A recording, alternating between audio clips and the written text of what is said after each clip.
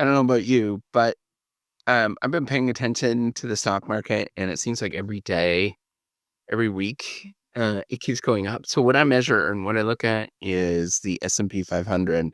This tends to be the benchmark that everybody pays attention to. It's the top 500 firms. I think it's in the NASDAQ exchange, if I remember correctly. It tends to be all the largest companies in America and as well as generally in the world. Because large companies that are in one place in one particular country doesn't mean that they're in that one particular country. They're all over the place. And if you look at this and you look at this index, right, the S&P 500, um, you'll see that in general, stocks keep going up. And I worry about it because I pay attention to it and, they're forecasting that this is going to be another spectacularly high year. So 2 years in a row where it's grown by 20%. Um, and it makes me worried because, what's going to happen? Is the stock market going to fall? Is it going to collapse? And, and then I want to take my money out and put it into something else. But then I stop and think about if I would have done this at any particular time in history, either at the time when the market crashed or when it seemed to be the highest, and I held out for X number of times or X number of days or, maybe a year, generally most of those instances, and you could look at there's umpteen number of studies. There's lots of different studies that have done this pretty easy. There's like blog posts and stuff that do this. You could look and see that in general, you do rather poorly when you do that, right? So you miss out on opportunities that you would have missed, that you forget about. Um, and you also often miss out on sort of moments where there is growth because next year it could grow for another 20%. And even though that I would forecast this and say, this is crazy that it keeps growing, um, you just don't know, right? And it could be the next day, it could be tomorrow that there is a big crash that stops everything. And you just don't know. And that becomes the problem, right? Is that, yes, there's a tendency to believe that how could this constantly be going up? But at the same time, you don't know when is the appropriate time to not invest, right? So a great example of this, if you look at Canadian housing, for the most part, Canadian housing, particularly around the Toronto area or any housing around the world, but I pay attention to Canadian housing because, I'm from Canada. Um, and it didn't really have the the the crash that everybody had in 2008 and 2009, or at least America had, um, in terms of the housing prices. But if you look at it, at the time, I remember talking about, and this is why I'm vividly um, think about this, is that in 2005, I remember thinking and talking and sort of really being very adamantly convinced. I was like, this has got to crash at some time. There's no way that these housing prices can continue to climb. And then, the 2008 financial crisis happened. And I was like, okay, this is the time where housing prices are going to correct and things are going to go down. And they did in America. There was a correction in terms of like what is, probably more reasonable. But in Canada, it didn't really do that. It just still kept going up. There was a stability that was there and it kept going up. It kept going up.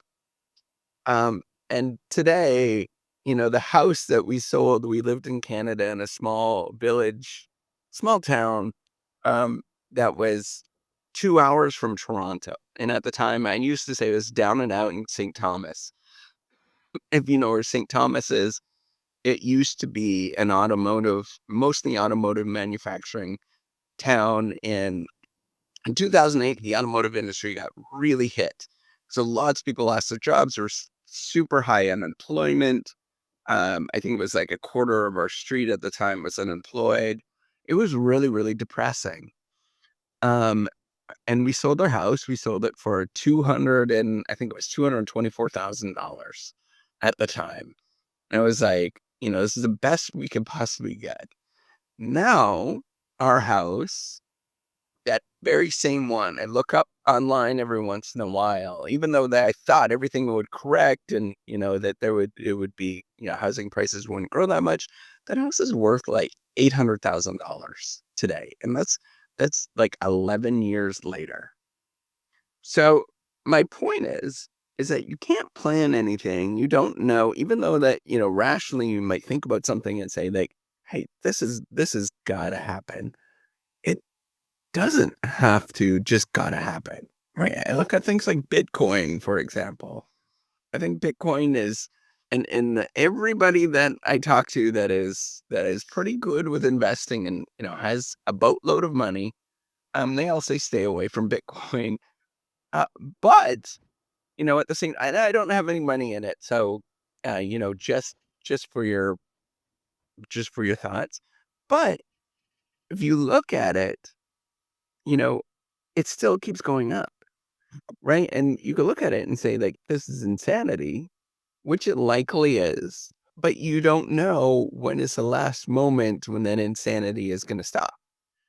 It might keep going up and up and up. I think it's at 900 or $90,000 right now per US dollar, which at one point when I was first looking into it, it was like maybe a couple $100 for a Bitcoin.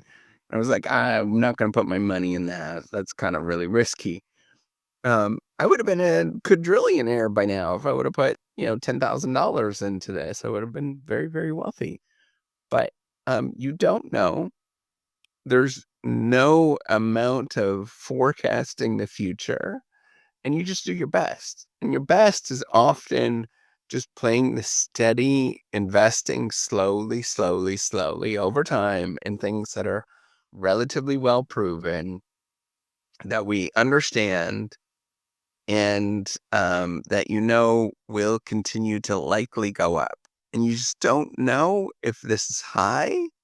You don't know if it's low.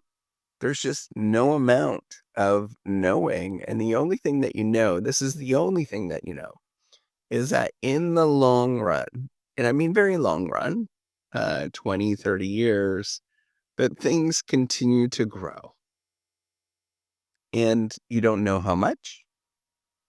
Roughly, we can say roughly, based on what things have done in the past, based on the S&P 500 index, it's about 10%. There's numbers around that, but roughly about 10%. Um, I don't know if that will continue on for the next 10 years. I'll place that bet, but I still don't know.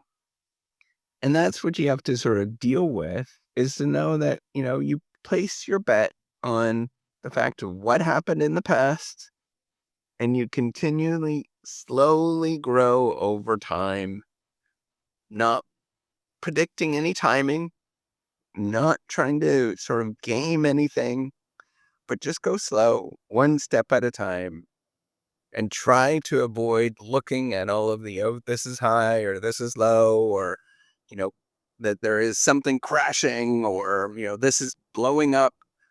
You just do it slow and steady, day in and day out. And that's it. All right. Take care. Have a wonderful day.